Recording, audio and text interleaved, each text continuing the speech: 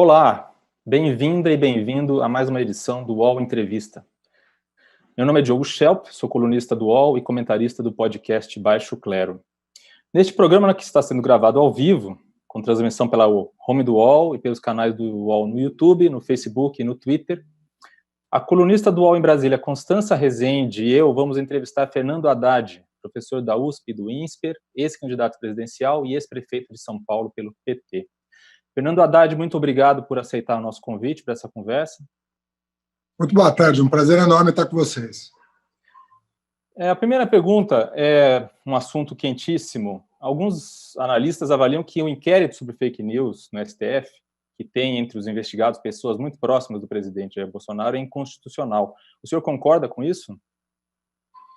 Absolutamente. O Supremo faz bem em se defender. Se um poder da República não pudesse defender, né, sobretudo de agressões cuja autoria está sendo apurada, né, diga-se de passagem, eu até acho estranho alguém do Executivo reclamar de uma investigação de fake news, da impressão que a carapuça está servindo. Então, os poderes da República têm, pela Constituição, e no caso, o regimento interno do Supremo, ele foi recepcionado pela Constituição de 88, então ele é lei, né?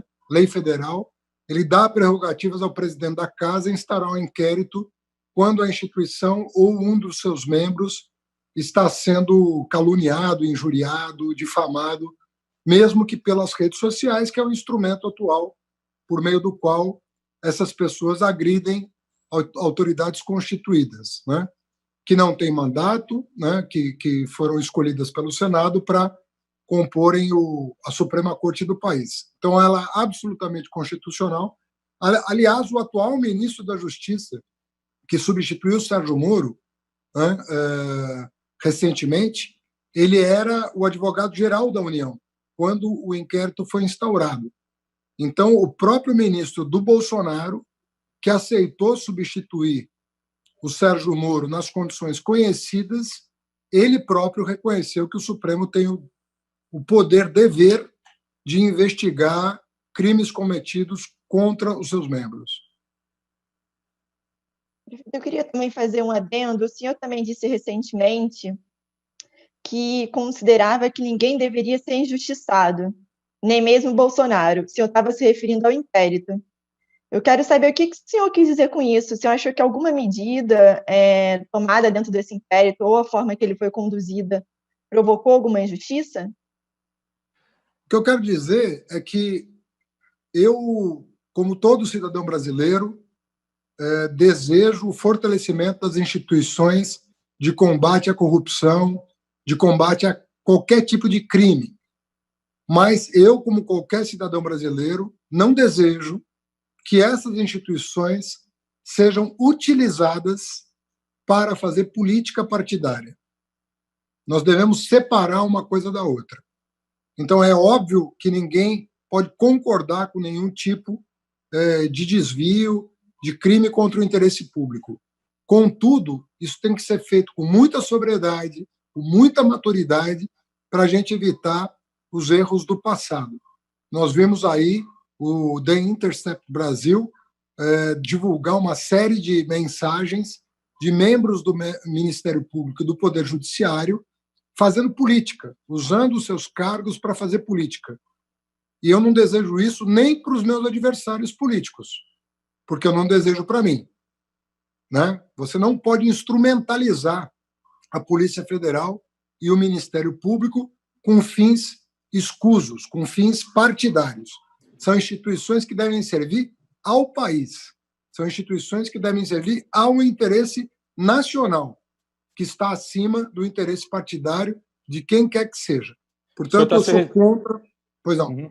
Não, desculpa, o senhor está se referindo às mensagens do Intercept que foram divulgadas no ano passado, de troca de mensagem entre o ex-ministro Sérgio Moro e procuradores da República, é isso? Exatamente, em que o juiz dizia, olha, troca o procurador porque o procurador é fraco, não investigue fulano porque fulano é um apoiador da operação, eu não quero que investigue ele. Arrola tal testemunha porque tal testemunha tem informações que podem ser úteis. úteis. O juiz não pode fazer isso, em hipótese nenhuma, e nem o promotor escolher quem vai fazer, quem não vai fazer delação. Então, houve ali uma instrumentalização política com fins partidários, né, que acabou favorecendo o Bolsonaro na corrida presidencial, e isso não deve ser feito para nenhum dos dois lados. Não interessa à democracia esse tipo de utilização das instituições. O senhor acha que o inquérito das fake news pode esbarrar em algum limite ultrapassado? Que o senhor está fazendo essa interpretação com as questões das mensagens do Intercept? Você acha que o inquérito do Alexandre de Moraes também pode ultrapassar essa fronteira? Não, o que eu fiz referência na entrevista a que você se refere é que eu não desejo, né, que nenhuma instituição da República seja usada com fins partidários, contra quem quer que seja, contra um integrante do governo Bolsonaro ou contra alguém da oposição. Isso não deve acontecer. Para a gente fortalecer a República, nós temos que aplicar a lei ao caso individual e não ficar fazendo política com o Ministério Público e com a Polícia Federal. Então, eu fico sempre muito preocupado com a má utilização das instituições. As instituições têm que ser fortalecidas e elas próprias devem se resguardar do uso político que podem fazer delas. O senhor acha que as operações da Polícia Federal, que investiga desvios no Rio de Janeiro, por exemplo, relacionados a compras no contexto da pandemia, e hoje também em outros estados, no Pará e assim por diante, essas operações podem estar sendo instrumentalizadas politicamente pelo governo ou por algum outro grupo político? Bom, se você me perguntar se eu confio no Bolsonaro, eu vou te dizer que não. E ele tem feito mudanças muito expressivas na Polícia Federal, a começar com a demissão do diretor-geral, sem nenhuma justificativa técnica, né, razão pela qual o ministro Sérgio Moro pediu demissão, denunciando o presidente de querer instrumentalizar as instituições contra adversários. Então, eu não sei te dizer, no caso específico, se há ou não, até porque não sou partidário de quem está sendo investigado. Então, não tem nem proximidade pessoal, não conheço os casos. Mas eu não acredito hoje que as instituições sob o governo federal, sob a tutela do governo federal, tenham a mesma isenção que tiveram no passado sob os nossos governos. Eu acho que nós começamos a perder isso ao não respeitarmos os rituais internos dessas instituições e certos protocolos, né? Você veja que o próprio Bolsonaro foi impedido de nomear quem ele queria para diretor-geral da Polícia Federal, porque era alguém que comia churrasco com os filhos. E um dos filhos do Bolsonaro está sendo investigado no Rio de Janeiro por peculato, desviar dinheiro de gabinete, dinheiro público de gabinete, e fazer uma caixinha que era lavado no mercado imobiliário. Então, nós temos indícios fortes de que o filho do Bolsonaro cometeu peculato. E ele está havendo uma obstrução das investigações. Ele próprio não quer abrir o sigilo das suas contas bancárias. E eu me pergunto, por que alguém teme abrir o seu sigilo bancário? Assim como você não deve temer, como eu não temo, acho que muito menos uma pessoa que está no exercício de um mandato. Quem é político tem a obrigação de abrir o seu sigilo quando há desconfiança sobre a sua conduta. Prefeito, o senhor citou agora a questão da interferência do presidente Jair Bolsonaro, a possível interferência na Polícia Federal. Isso está sendo objeto de um inquérito também aberto, né, também está sendo acompanhado pela Polícia Federal, com as denúncias do ex-ministro Sérgio Moro. Alguns partidos, né, também sugeriram também nas investigações que os celulares do presidente Jair Bolsonaro e de alguns deputados aliados, né, ao presidente, como a deputada Carla Zambelli, fossem apreendidos. O senhor concorda com esse tipo de medida de apreender o celular do presidente? Olha, eu quero crer que isso foi pedido, mas não foi aceito pela Justiça, né? E, obviamente, que para você quebrar o sigilo de um telefone de um presidente da República, você tem que ter uma fundamentação muito, muito crível, né, de que aquilo é necessário, e só a Suprema Corte, na minha opinião, e nem deveria ser uma decisão monocrática, uma decisão de um ministro só num caso gravíssimo, envolvendo o colegiado do Supremo, é que isso poderia ter algum fundamento, né? Caso contrário, você pode investigar e deve investigar o entorno. Um presidente da República não comete um crime sem um aparato ao seu redor dando respaldo. Então, agora, o filho do presidente, eu não me conformo de se recusar a abrir o seu sigilo bancário. Eu não entendo por que o filho do presidente não quer abrir as suas contas de gabinete para nós verificarmos se o dinheiro do gabinete foi desviado para a família Bolsonaro. E isso teria implicações muito graves para toda a família, com eventual, inclusive, cassação de mandato dos filhos que, pelos indícios, estão envolvidos numa situação muito grave, na minha opinião. Só para retomar uma coisa que o senhor falou antes, o senhor falou que nos governos do PT havia uma isenção das instituições nas investigações. Ao mesmo tempo, o senhor falou que houve injustiça. E aí, com certeza, o senhor está se referindo à condenação, por exemplo, do ex-presidente Lula. Não é uma contradição, ao mesmo tempo, dizer que as instituições eram isentas naquele período e depois dizer que houve uma injustiça, já que toda a investigação do Petrolão, por exemplo, começou a acontecer nos governos do PT? Não, a contradição não é minha, a contradição é do juiz Sérgio Moro. O juiz Sérgio Moro, na sentença que condena o Lula sem provas, reconhece que foi o governo que mais apoiou as instituições, Ministério Público, Polícia Federal, Receita Federal. Quer dizer, o Sérgio Moro reconheceu isso na sentença e, quando pediu demissão, fez questão de frisar que ele afirmava que os governos do PT foram os que mais apoiaram as instituições. Agora, o próprio juiz vai ser julgado pelo Supremo Tribunal Federal em relação à sua imparcialidade, se ele foi ou não imparcial. Em relação ao Lula, é o que nós estamos pedindo para que o Supremo julgue. Do meu ponto de vista, ele condenou por critério político. Não havia provas, não há provas no processo, e ele condenou para favorecer o candidato a quem ele decidiu servir e deixar a magistratura. Então, mas ele não... Que... Desculpa, ele não foi o único a julgar o ex-presidente Lula. O ex-presidente Lula foi condenado também em outro processo, por outra juíza. O ex-presidente Lula também foi condenado em segunda e terceira instância nesse mesmo processo. Quer dizer, há um complô de todo o poder judiciário contra o ex-presidente Lula? Olha, depois que é muito difícil você fazer justiça quando a justiça não toma distância dos clamores que nem sempre são bem conduzidos da opinião pública, quando a opinião pública recebe parte da informação. Então, é muito difícil você manter a isenção, e eu digo que esse processo não terminou, ele ainda vai ser julgado.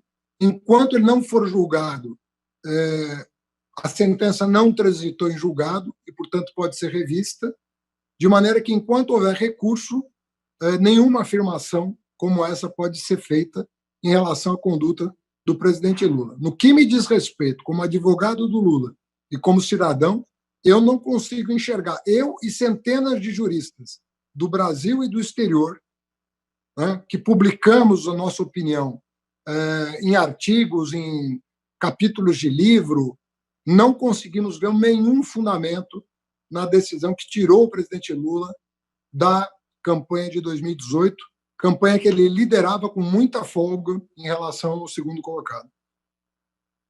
Constância. Prefeito, eu vou entrar também nesse assunto. Ontem, numa live também no UOL, a presidente do PT, a Gleisi Hoffmann, ela disse que em 2022 o PT gostaria de ter Lula candidato à presidência. Ela disse que o ex-presidente ele merece ter um julgamento nas urnas. O senhor concorda com essa declaração da Gleisi? Absolutamente. Eu acho que as autoridades brasileiras deveriam ter levado em conta a recomendação das Nações Unidas, que pediram ao Tribunal Superior Eleitoral que fizesse valer convenção internacional que foi respaldada pelo Congresso Nacional, que daria ao presidente Lula o direito de ser julgado nas urnas, ou seja, de se candidatar, porque o processo estava todo tumultuado, e isso é a ONU reconhecendo, né? Então, se nós conseguirmos, eu espero que nós consigamos, até o final do ano, ter o julgamento do processo que pede a suspeição do juiz Sérgio Moro, o Lula recupera os seus direitos políticos, né? E ele vai poder decidir, e eu espero que decida favoravelmente ao pleito do PT, ser ou não candidato em 2022. O PT, o senhor acha que o ex-presidente é o melhor quadro do partido atualmente? Lula é o melhor quadro? Olha, num momento como esse, você não faz esse tipo de cálculo. Eu acho que é o melhor candidato. Mas mesmo que não fosse, como teve os seus direitos políticos ilegitimamente cassados, eu penso que ele, como o maior líder político do país, como o presidente mais bem avaliado da história do país, né? Se o Supremo chegar à conclusão de que houve uma injustiça e promover uma reparação, que, na minha opinião, é devida, eu penso que ele se torna o candidato favorito em 2022. Se depender de mim como cidadão e como advogado do presidente Lula, isso vai acontecer. E a população é que vai dar a última palavra a respeito do grande governo que ele fez. Você acha que o nome dele não estaria muito desgastado agora e o partido poderia correr um risco a favor dessa reparação ao ex-presidente Lula? Olha, nós estamos trabalhando. Primeiro que tem 2 turnos a eleição de 2022, como teve de 2018. Né? Acho que as pessoas que hoje estão arrependidas, né, de terem apoiado o Bolsonaro, de terem levado a opinião pública a fazer um juízo do Bolsonaro que não correspondia à realidade do que era a vida do Bolsonaro, eu acho que essas pessoas vão repensar o seu posicionamento em 2022. Pelo menos eu, como democrata, espero que essas pessoas, né, que hoje estão fazendo uma reavaliação do seu apoio, por ação ou omissão, porque não é só por ação que você elege alguém, é também por omissão. E a classe política, uma parte apoiou o Bolsonaro, outra parte se omitiu no segundo turno, deixando que a situação chegasse a esse ponto.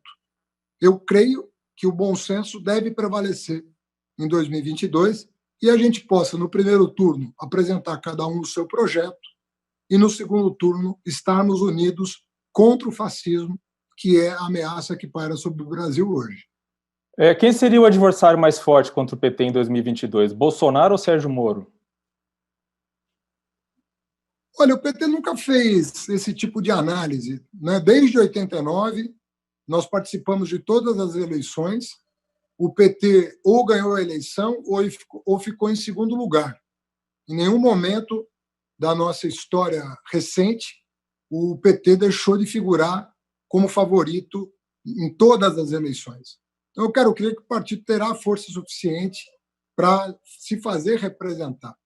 O PT nasceu da base do movimento social, dos trabalhadores, lideranças sociais, das universidades, e tem robustez e tem uma participação na vida pública que permite a ele pensar em se colocar, mais uma vez, no pleito, como qualquer partido tem esse direito, o PT também tem o seu direito, mas eu espero que a gente tenha um segundo turno diferente, seja quem for que represente a democracia no segundo turno. Mas vocês consideram o Sérgio Moro um adversário mais duro de vencer do que o Bolsonaro, nas condições atuais? Eu não sei qual é a pretensão do Sérgio Moro, né? Eu não sei se ele é candidato, se ele não é candidato. Eu sempre achei que ele fosse um político, nunca o considerei um juiz. Sempre considerei ele um político, desde sempre. Quando eu comecei a perceber as manobras que ele fazia nos processos, numa ou noutra direção, e que as reportagens do Intercept deixaram muito evidentes que eram manobras políticas, eu deixei de considerar um juiz, mas eu não sei se ele se candidata ou não. Eu tenho uma dúvida também, prefeito. O senhor critica muito as provas levadas pelo Sérgio Moro contra o ex-presidente Lula. Mas esse inquérito sobre a interferência dele na PF, que o senhor acha que pode ter fundamento, ele foi aberto com base de uma denúncia do próprio Sérgio Moro, né? Mensagens trocadas dele com o presidente sobre a Superintendência do Rio e também sobre a reunião, né, ministerial, que foi o ex-ministro que provocou, né, que esse vídeo fosse público. E aí, você acha que não é uma contradição apoiar esse inquérito aberto trazido por uma prova do Sérgio Moro e, ao mesmo tempo, criticar um outro processo também que foi conduzido, né, pelo juiz, então, do caso? Não, veja bem, quando você tem a denúncia de um ministro contra um presidente, você tem que abrir um inquérito. Não tem como não fazê-lo. Imagina. Mas aí você... o Moro teria credibilidade, nesse caso específico, daria para dar credibilidade às provas dele? Não, quem tem que dizer isso é a autoridade competente para presidir o inquérito. Você justamente abre o inquérito para saber se o Moro está mentindo ou está falando a verdade. Mas você não pode se omitir diante de uma denúncia do principal ministro da República, que é o ministro da Justiça. O principal ministro da República, o que primeiro toma posse, em nome, inclusive, de todos os demais, é o ministro da Justiça. É o que senta à direita do presidente da República, é o primeiro-ministro do país. Se esse ministro está acusando o presidente de desvio de função, de instrumentalização de uma organização que deveria ser autônoma para investigar, não há como não abrir o inquérito. Se esse inquérito vai prosperar ou não, tem lá um delegado que vai dizer, olha, não tem fundamento ou tem fundamento. Mas é incontornável abrir a investigação, porque a denúncia é de alguém de dentro do governo. Se fosse qualquer outra pessoa, teria que ser aberto o inquérito. Não importa quem. A denúncia partiu de um membro do governo. O ex-presidente Lula, que foi condenado a 26 anos de prisão, né, em segunda e terceira instância, em diferentes ações penais por corrupção e lavagem de dinheiro, disse na comemoração do aniversário do PT que o partido não tem autocrítica a fazer. O atual presidente Jair Bolsonaro foi eleito em grande medida pela rejeição ao PT, pelo temor de grande parte do eleitorado que o PT voltasse ao poder. Até hoje, quando a gente pergunta para alguém que ainda é bolsonarista quais são as realizações do governo Bolsonaro, a pessoa diz foi ter mantido o PT fora do PT. Né? Isso por si só já não justificaria uma autocrítica do PT? Então, deixa eu dar a minha... Quer dizer, você teria que entrevistar o Lula para saber exatamente... Né? Até te recomendo entrevistar o Lula no UOL, que é um portal importante, sobre esses assuntos. Eu vou dar minha opinião sobre o assunto, tá? Não falo por ele em relação a tudo. O que eu acho? Você não pode criminalizar uma organização. Você não pode criminalizar. Se alguém do UOL, se um repórter do UOL usar de más práticas para fazer uma reportagem, você não pode criminalizar o portal. Sabe? E o que eu vejo, e eu acho que há uma razão para isso, que é de natureza política. Vamos pegar o caso do PMDB, que foi governo. Né? O governo Temer ele acabou, ele entrou em colapso no chamado Joesley Day, o dia que o Joesley trouxe a público as mensagens gravadas com Temer, com Aécio. O governo colapsou naquele momento. Independentemente de ser justo ou não ser justo, entrou em colapso político o governo. Nunca mais se recuperou. Aí você pega o PSDB. 3 governadores do PSDB foram presos. 2 governadores estão respondendo a inquéritos gravíssimos, sendo que esses 2 foram candidatos a presidente do país e ficaram em segundo lugar nas eleições que disputaram. A família do Bolsonaro está toda enrolada e tentando obstruir o trabalho da justiça. Mas quando se fala do PT, o assunto parece que muda de figura. O desejo que parece que está por trás das perguntas é sempre criminalizar toda a legenda, como se isso fosse justo, em primeiro lugar, e como se isso escondesse um desejo, talvez, antigo da sociedade brasileira, de não ver a centro-esquerda representada com capacidade competitiva. Então, a impressão que dá sempre é que eu nunca vejo uma cobertura sobre tudo o que aconteceu no país, em relação ao PSL, ao PSDB, ao PMDB, Que aí nós vamos fazer a separação do joio e do trigo corretamente.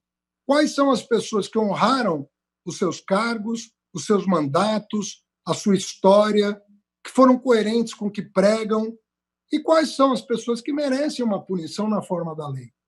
Então eu vejo, você me desculpa a sinceridade, mas eu sempre vejo, sabe, na maneira de abordar o tema, sabe, uma intenção que está sempre ali escondida em relação ao PT. Eu nunca vi ninguém perguntar para o Fernando Henrique sobre os 5 governadores que são acusados de corrupção do seu partido, por exemplo. Fernando Henrique não foi condenado. Fernando Henrique não foi condenado a. Não, querido, eu nunca vi ninguém perguntar para o Fernando Henrique Cardoso sobre os 5 governadores do PSDB. Assim, o senhor faria uma meia-culpa do PSDB em relação aos 5 ex-governadores que estão sendo acusados de corrupção, alguns condenados? Nunca vi essa pergunta ser feita. Então, dá a impressão que a abordagem, quando se trata de alguém de centro-esquerda, não é a mesma. É sempre uma coisa que envolve todo mundo como se todo mundo fosse igual. E eu rejeito esse tipo de coisa. Eu tenho a minha trajetória, eu tenho a minha história, eu tenho a minha reputação, e eu não vou entrar nessa. Porque eu não sou assim nem com os meus adversários, vou ser assim com os militantes da centro-esquerda, não serei. Para isso é que tem justiça, ela tem que ser isenta, ela não pode se prestar a fazer política. Para isso que tem recurso, para os recursos corrigirem, quando há falta grave das instâncias inferiores, essas injustiças. Enquanto houver recursos, nós temos que acreditar que a justiça será feita. E, mesmo assim, às vezes ela não é feita. Tem inúmeros casos no Brasil e no exterior de pessoas que não receberam em vida a justiça devida. E foi se descobrir as atrocidades que fizeram depois. Isso tem série de TV mostrando isso. Não sou eu que estou dizendo. Então, a gente tem que ter muito cuidado com isso, com a reputação das pessoas e, sobretudo, com a reputação de organizações que não chegaram hoje aqui, que têm anos e anos de serviços prestados ao país. Perfeito. Mudando agora um pouquinho de assunto, a gente tem observado, né, nos últimos finais de semana, movimentações também lideradas e incentivadas, né, por pessoas da esquerda.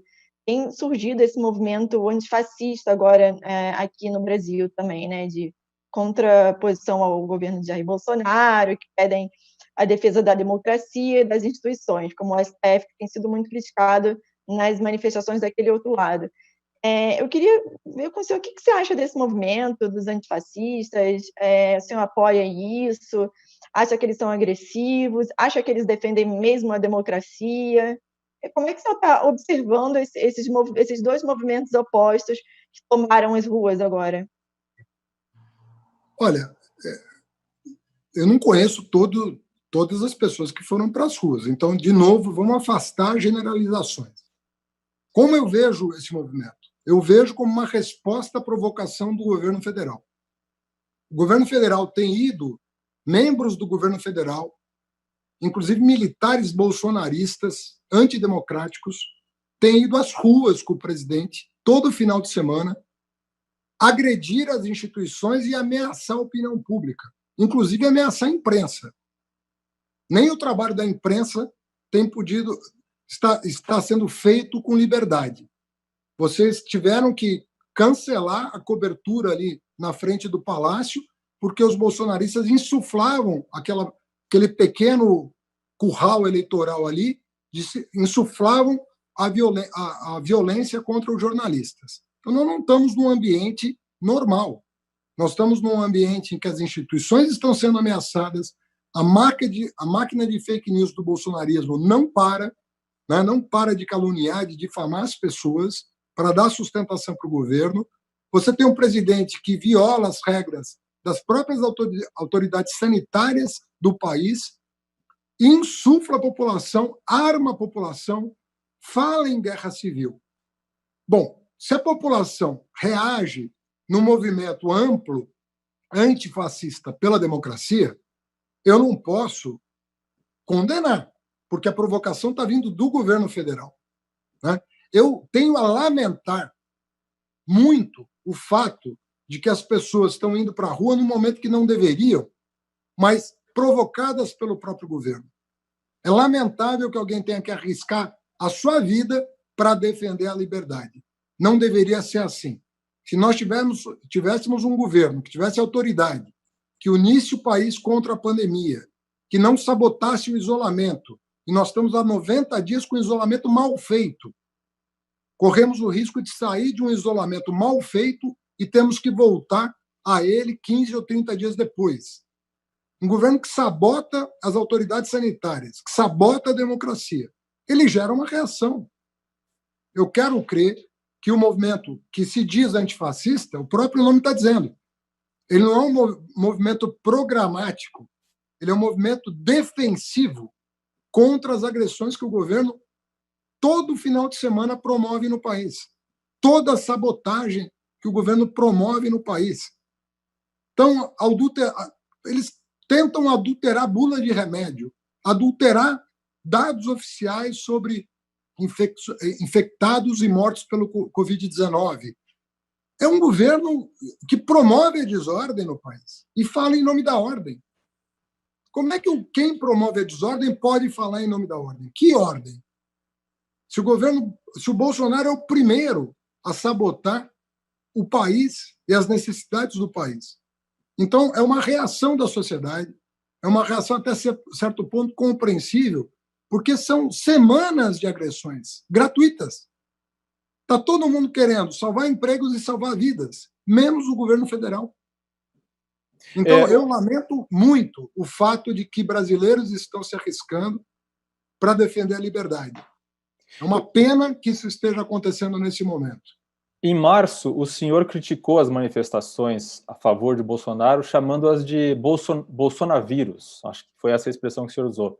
Porque elas desrespeitavam justamente isso que o senhor está falando, as medidas de isolamento social. O senhor falou que é lamentável e tal que as pessoas tenham que ir para as ruas, mas o senhor defende que as pessoas vão para as ruas para se manifestar contra o governo e contra o que o governo tem feito nessa pandemia? Olha, eu acredito que se não houver da parte do governo federal a compreensão, né, você vê que até existem brasileiros que foram treinados em guerrilha no exterior e que estão no Brasil hoje adquirindo armamentos para promover distúrbios sociais no país. O presidente fala em distúrbios sociais no Brasil. O presidente fala no artigo 142 e 144 da Constituição, distorcendo o que os artigos dizem, segundo todos os juristas respeitados e segundo o que o próprio Supremo Tribunal está dizendo. Ou seja, nós temos um governo, repito, que está sabotando o país num momento delicado do país.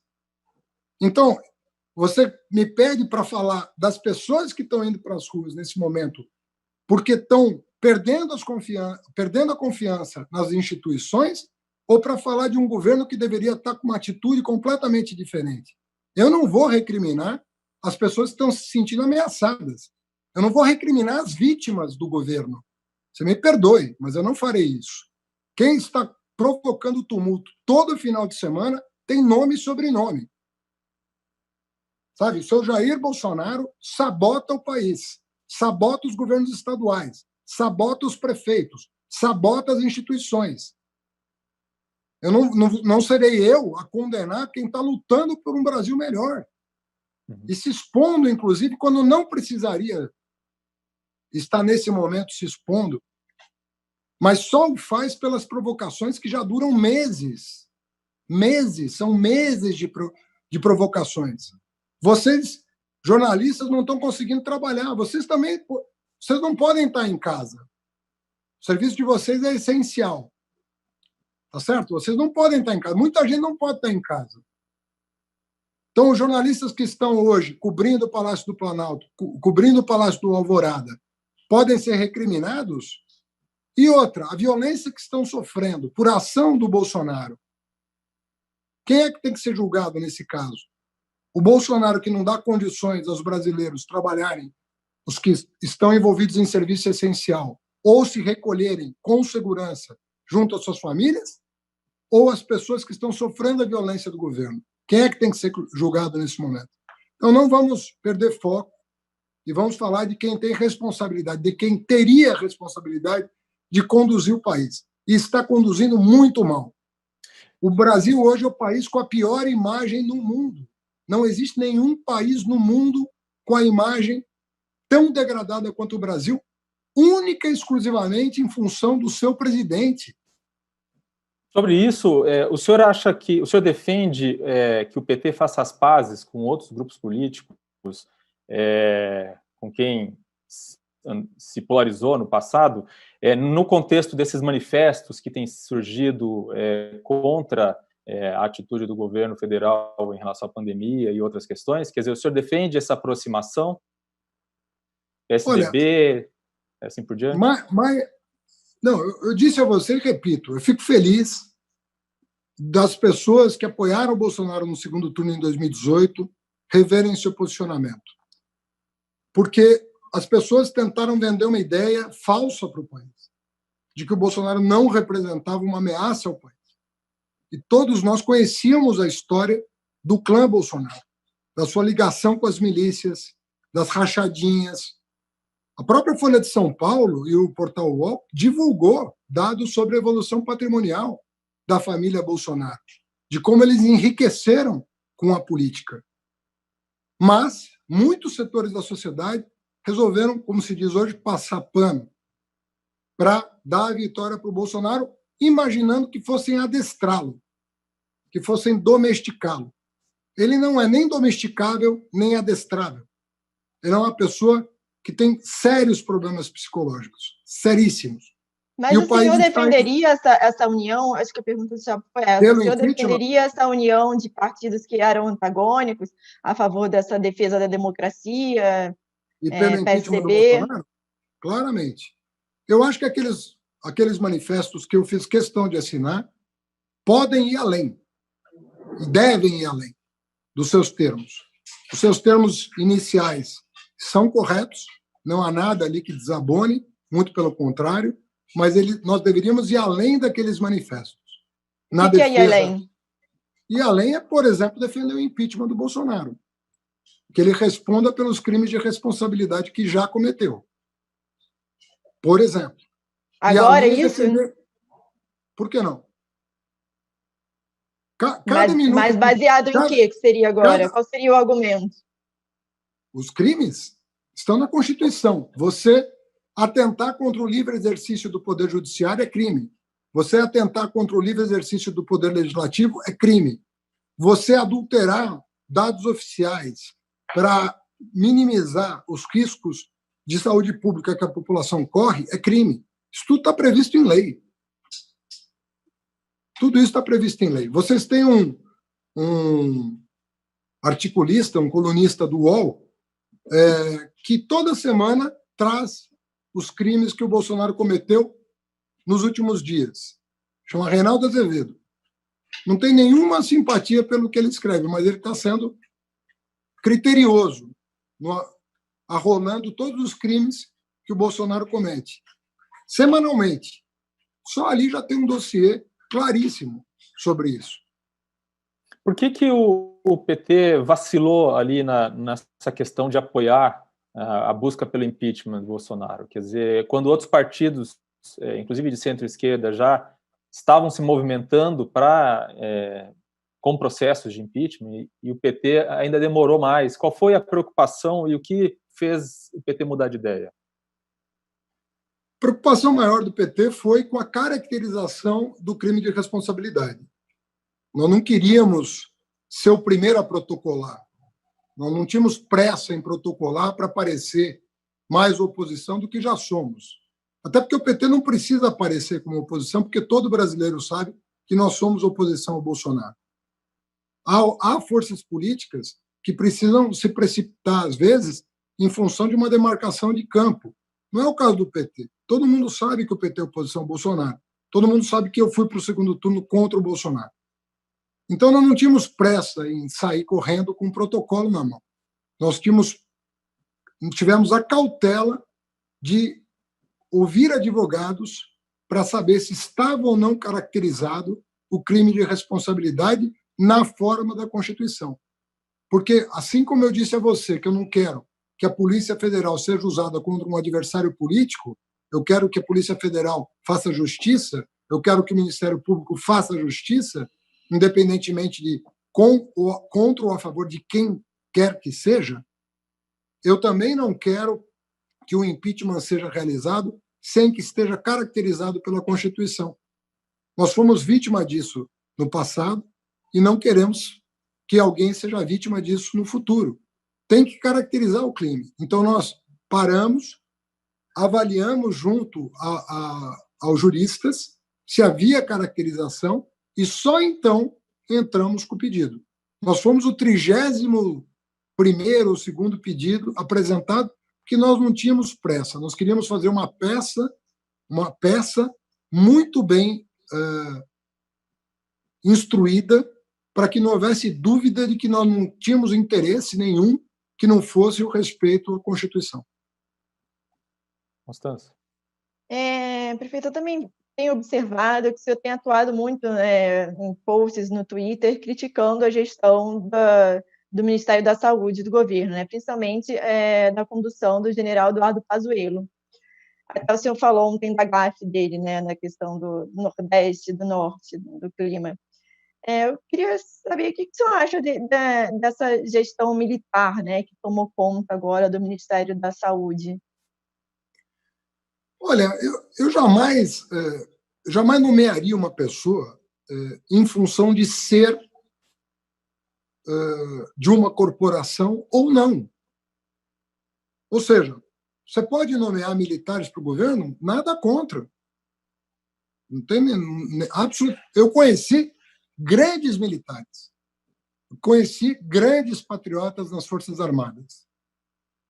Grandes patriotas das Forças Armadas. Isso não significa dizer que só haja patriotas nas Forças Armadas. Eu acho que os militares que cercam o Bolsonaro estão prestando um desserviço ao país, por exemplo. Isso não tem nada a ver com as Forças Armadas. Isso tem a ver com indivíduos que assumiram posições.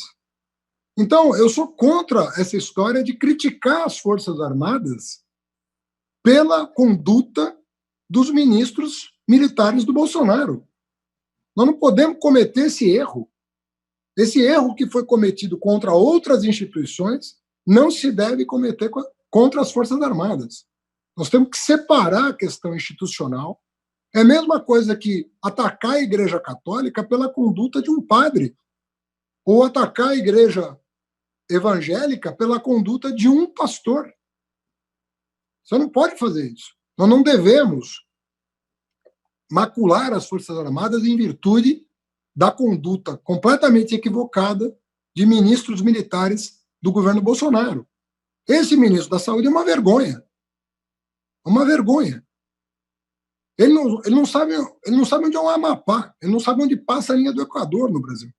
Ele se diz especialista em logística e não sabe onde passa a linha do Equador. Ele quis alterar protocolos de uso de medicamento. Ele quis mudar uma prática internacional de divulgação de dados. Quem mexe com logística, não precisa ser da saúde, quem mexe com logística e não sabe essas três coisas, nem deveria estar no cargo. Então, eu não sou absolutamente contra nomear político, militar, civil, nada disso é proibido, mas você tem que nomear pela competência, você tem que formar uma equipe que esteja familiarizada com o assunto que vai tocar. Agora, hoje você tem, no meio ambiente, um ministro que é contra o meio ambiente. Nos direitos humanos, uma senhora que é contra os direitos humanos. Na Fundação Palmares, um sujeito que é contra a luta dos negros do Brasil. Você tem, no Itamaraty, alguém que só arruma confusão com os nossos principais parceiros comerciais. Bom, do que nós estamos falando? Na saúde, você tem uma pessoa que não sabe nem a linha do Equador. Nós estamos com um problema. Nós estamos com um problema grave. Então, não se trata de ser militar ou não. Tem grandes militares, inclusive militares nacionalistas, Haddad, Ou você acha que os militares bolsonaristas representam o pensamento médio das Forças Armadas? Se representar, nós estamos fritos.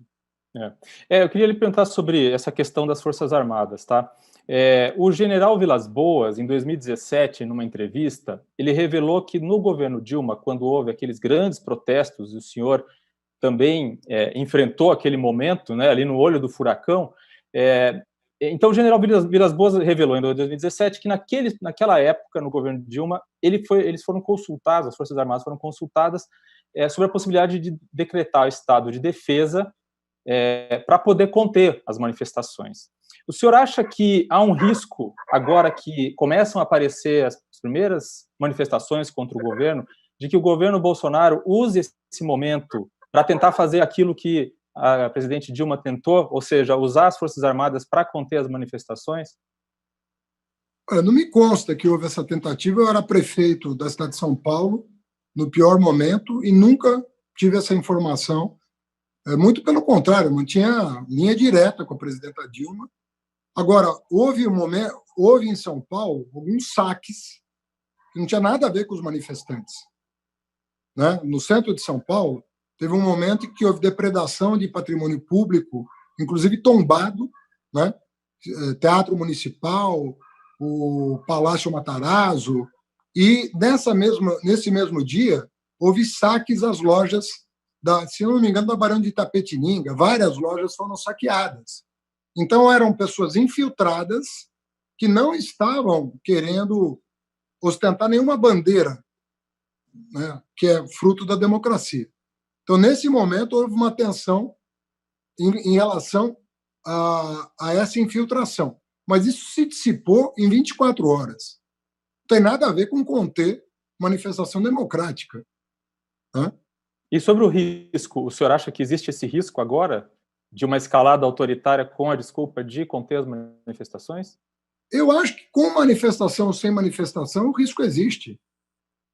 Eu acho que até sem manifestação o risco é maior. Você quer saber? Por quê? Porque o Bolsonaro testa. O ditador, se você pegar... Existem várias formas de ditadura. Né? Tem a ditadura que é feita a partir de um golpe que tem dia e hora marcados. Né? Então, vamos dar o golpe 1º de abril de 64. Deram o golpe. Esse é um tipo de golpe. Tem um outro tipo de golpe, que é você usar a democracia contra ela própria, que são os golpes modernos, né? Que até se dá um nome, dá-se até um nome diferente de golpe militar. Fala-se em golpe suave, golpe branco. Como soft. Foi feito na Venezuela. Como foi feito na Bolívia, como foi feito como foi feito no Paraguai. No Paraguai foi feito. Não é porque não gera indignação da imprensa brasileira que não é golpe. Porque tem golpes que geram indignação. Tem outros golpes que não geram indignação, mas tudo é golpe. Por exemplo, no Paraguai teve golpe. Na Bolívia, uma universidade americana fez todo o processo de recontagem, de verificação da votação na Bolívia e praticamente acusou a OEA de se mancomunar com o governo Trump para destruir a democracia na Bolívia. Praticamente acusou. É golpe também. Então, na Venezuela também. Esse tipo de golpe... Na Venezuela é muito controversa a situação do Maduro, mas a oposição também não ajuda, porque a oposição também é golpista, a ponto daquele rapaz lá que se arvorava o direito de ser o presidente da República ter sido afastado, que ele também não era grande coisa. O outro da oposição foi preso. Então você tem uma confusão continental. Né? O que eu estou querendo dizer é o seguinte: as formas modernas de golpe são diferentes dos golpes dos anos 60 e 70. Eles corroem as instituições democráticas por dentro. E se deixar, o Bolsonaro vai fazer isso. Ele vai fazer isso, se deixar. É que ele está encontrando resistência, por isso que ele não faz. Mas ele testa. Toda semana ele testa. Constança. O senhor citou alguns ministros, né, do governo, mas não citou o ministro da Educação, né, o Abraham Weintraub. E o senhor foi também ministro da Educação. ele está sendo alvo agora, né, também de um processo em relação às declarações que ele deu nessa reunião ministerial, a princípio teria sido fechada, né, mas que foi divulgada, em que ele defendeu a prisão de ministros do Supremo. O senhor considera justa uma cassação dele ou uma exoneração dele advinda dessa declaração dele? O governo argumenta que ele estava num ambiente particular, não particular, mas que seria privado, não seria uma declaração pública. O senhor concorda com esse tipo de análise da saída dele do cargo por conta dessa declaração contra o Supremo? Olha, um ministro, por definição, tem que respeitar o decoro. Né? Eu fui 7 anos ministro. Né? Eu pergunto, quando é que eu faltei com o decoro contra a oposição, contra um jornalista? Quando que eu faltei com o decoro? No exercício do meu cargo. E foram muitos os embates. Tinha gente que era contra o ProUni, tinha gente que era contra o FIES sem fiador, tinha gente que era contra o Novo Enem, tinha gente que era contra a expansão das universidades, tinha gente que era contra o Fundeb, tinha gente que era contra o piso nacional do magistério. Tudo isso aí envolveu embate. Teve gente que era contra a reforma do Sistema S. Tudo isso aí envolveu embates calorosos. Eu nunca faltei, que eu lembre, eu nunca faltei com o decoro. Porque é um cargo, imagina, ministro da Educação. Não é qualquer coisa. Você tem um orçamento de 100 bilhões de reais.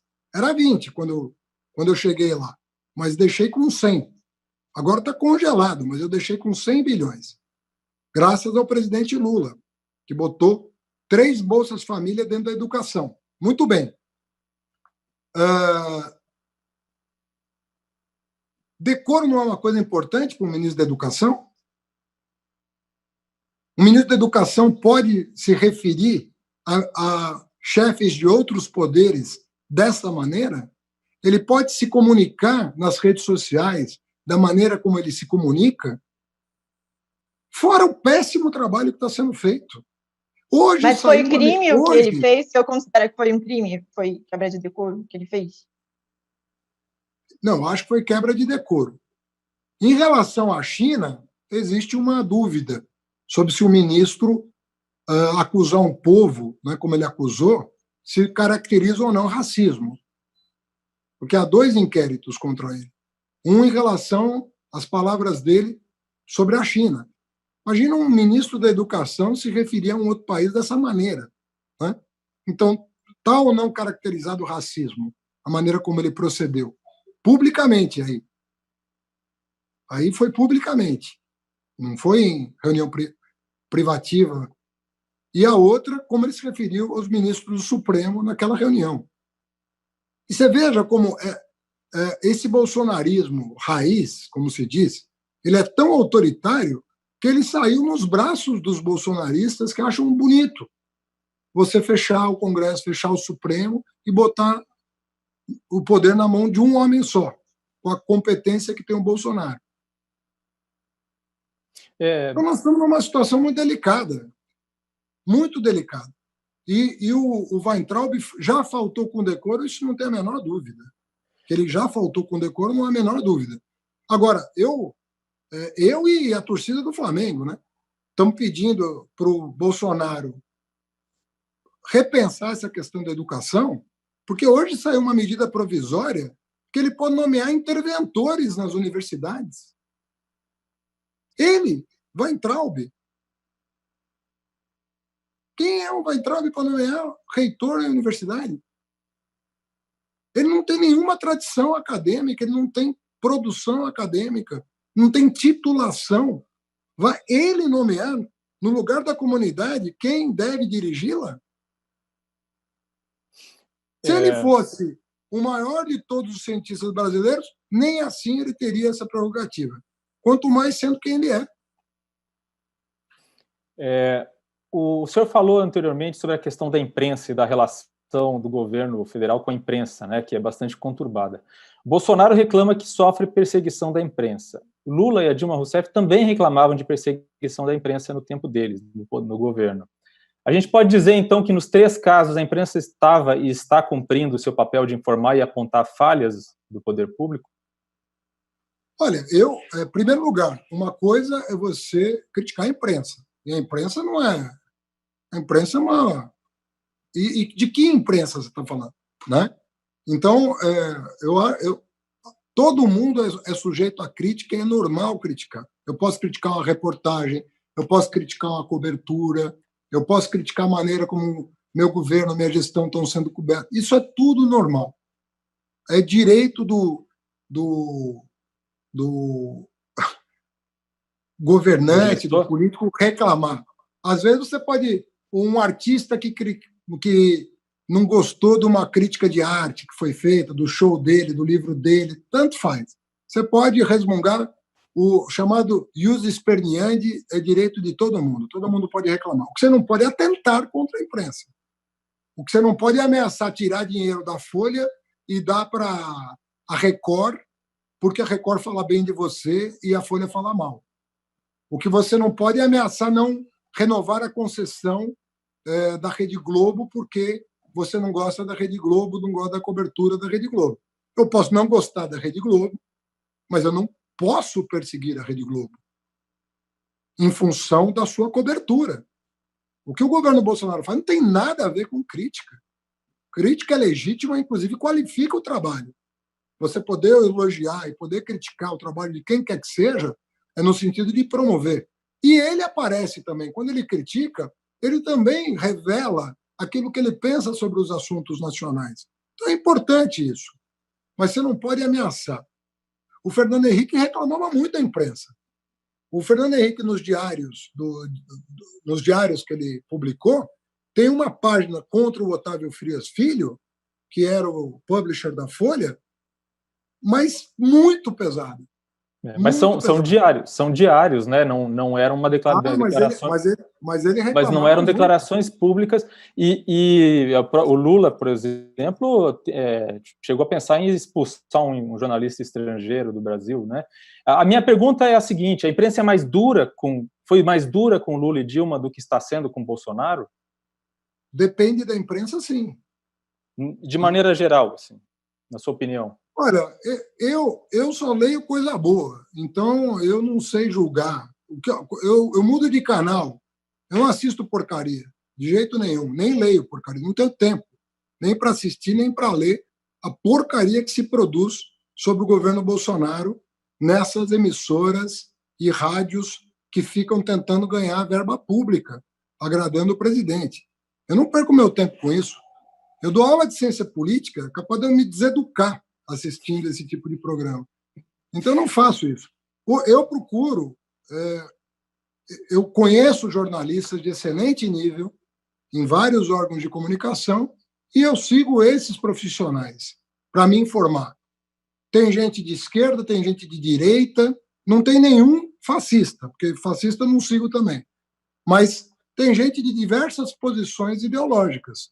Tem pessoas que são mais de centro-direita, mais de centro-esquerda, mas que, no exercício profissional, conseguem tomar uma certa distância do objeto e dar uma opinião balizada, fazer uma reportagem equilibrada, muitas vezes crítica, às vezes elogiosa, mas equilibrada. Então, eu escolho os veículos e os profissionais que eu sei que têm essa capacidade de exercer o verdadeiro jornalismo. Porque assim como um procurador e um delegado pode puxar a sardinha para o lado de um partido ou a brasa para o lado do outro, também o jornalista pode exercer muito mal a profissão. Eu tinha só mais uma pergunta. Pode ir. O presidente Jair Bolsonaro ele tem jogado muito os reveses da condução do coronavírus, né, os números que crescem, né, de meio alarmante, né, que a população brasileira está agora, e aí ele tem transferido muita culpa desses números para os governadores e para os prefeitos. O senhor foi prefeito, né, de São Paulo. Eu queria saber o que o senhor está achando da condução, principalmente em São Paulo e também em outras regiões do país, da condução da doença, e se realmente o presidente está certo em transferir esses reveses, botar na conta dos governadores e dos prefeitos esses números. Olha, eu acredito que a coordenação geral do país caberia à presidência da República, que deveria, na primeira hora, estou falando de 120 dias atrás, deveria, na primeira hora, instalar um gabinete de crise, assumir o controle pessoal das ações de governo, apressar as resoluções para sustentar as famílias, os governos estaduais e municipais, garantir que o crédito chegasse à pequena e microempresa para não aumentar o desemprego e, na área da saúde pública, estabelecer protocolos que deixassem claro, por tamanho da cidade, quando era o caso de lockdown, quando era o caso de isolamento total, quando era o caso de isolamento parcial e quando era o caso de relaxamento das ações. Portanto, se você tivesse esse protocolo estabelecido desde sempre, quando começou esse tormento, você faria um procedimento correto, dependendo da região, do país, da cidade considerada, do seu tamanho, etc. E hoje nós estaríamos saindo em segurança do isolamento social. Então, a falta de coordenação federal e até a sabotagem do governo federal em relação ao trabalho que vinha sendo feito por governadores gerou essa situação caótica que ninguém agora sabe como sair. Por quê? Porque a curva não achatou, porque o isolamento foi mal feito, sabotado pelo presidente da República. Então, a curva não achatou, mas o país não aguenta mais. Se mantém em quarentena e quer voltar às atividades, porque os custos econômicos estão aumentando. Qual é o problema? O problema é que essas curvas vão se cruzar na pior hora. Um aumento dos casos e um relaxamento do isolamento, que era tudo o que não podia acontecer. Tudo o que não podia acontecer está acontecendo. Então, eu me solidarizo com prefeitos e governadores, independentemente do partido, porque é muito difícil trabalhar assim. Embora eu não concorde com todas as medidas que foram tomadas, posso não concordar. Por exemplo, teve várias idas e vindas do governo do município, do governo do estado, que confundiu a opinião pública. Uma hora era rodízio dia sim, dia não, outra hora era bloqueio das marginais, outra hora era uma outra coisa. Eu acho que teve apesar disso, tem uma diferença de caráter na condução da crise. Sabe, não houve má fé da parte de prefeitos e governadores em relação à pandemia, que é o que eu vejo no governo federal. Você acha que Dória e Covas estão conduzindo bem em São Paulo a situação? Olha, vai depender muito dos próximos capítulos. Por quê? Até agora. Então, eu me referi a algumas medidas municipais que, na minha opinião, não foram bem aplicadas. Bloquear as marginais, depois relaxa. Fazer rodízio dia sim, dia não, depois relaxa. Eu acho que teve algumas medidas precipitadas. Mas o que eu quero dizer, que é o mais importante de tudo, é que eu não vi má fé na condução. Eu vi um desejo de acertar. Embora nem sempre tenha acertado, havia o desejo de acertar. Eu não vi isso da parte do governo federal. E isso faz muita diferença numa situação de pandemia. Ok. Nós estamos chegando ao final da nossa entrevista. Eu queria fazer uma última pergunta para o senhor. Temos pouco tempo para a resposta, mas eu acho que não vai ser muito difícil. O senhor usou várias vezes o termo fascista e fascismo para se referir ao governo nessa entrevista. Eu lhe pergunto o seguinte: o PT já chamou o Fernando Henrique de fascista quando o Fernando Henrique era presidente, em nota oficial do partido. Tarso Genro já chegou, quando o Serra era candidato, a chamar o Serra de fascista. O PT e outros grupos políticos, não só da esquerda, não banalizaram o termo a ponto de que agora fica difícil chegar e dizer agora temos um governo fascista? Olha, eu nunca usei esse termo para me referir a nenhum governante desde a redemocratização, né? E eu não lembro de alguém ter usado no contexto que está sendo usado hoje. Não lembro mesmo. Estou sendo muito honesto com você. Eu tenho certeza que nunca usei. Né? Eu sou professor de ciência política e jamais usei esse termo para me referir a um governante em função do método de governar. Né? E talvez tenha sido dos primeiros a usar a palavra em relação ao governo Bolsonaro na minha coluna semanal na Folha de São Paulo. Mas hoje não é o PT que está usando o termo fascista. Quem está usando o termo fascista é a Folha de São Paulo em editorial, já usou o termo. É o Estado de São Paulo em editorial, já usou o termo. O Fantástico fez uma longa matéria no último domingo, explicando para as pessoas o que é fascismo. O Bolsonaro deu ensejo a um movimento antifascista, um movimento de rua antifascista, para conter os seus arroubos autoritários. De maneira que a situação é muito diferente hoje de qualquer momento que eu tenha vivido da redemocratização para cá. Ok. Eu gostaria de agradecer muito Fernando Haddad pela entrevista e pela participação. Agradeço também a colega Constança Rezende. E também agradecer principalmente a você que nos acompanhou até agora. Por favor, clique no sininho do canal do UOL no YouTube para acompanhar os próximos debates e as próximas entrevistas. Obrigado e até a próxima. Obrigado, Fernando Haddad. Muito obrigado. Obrigado.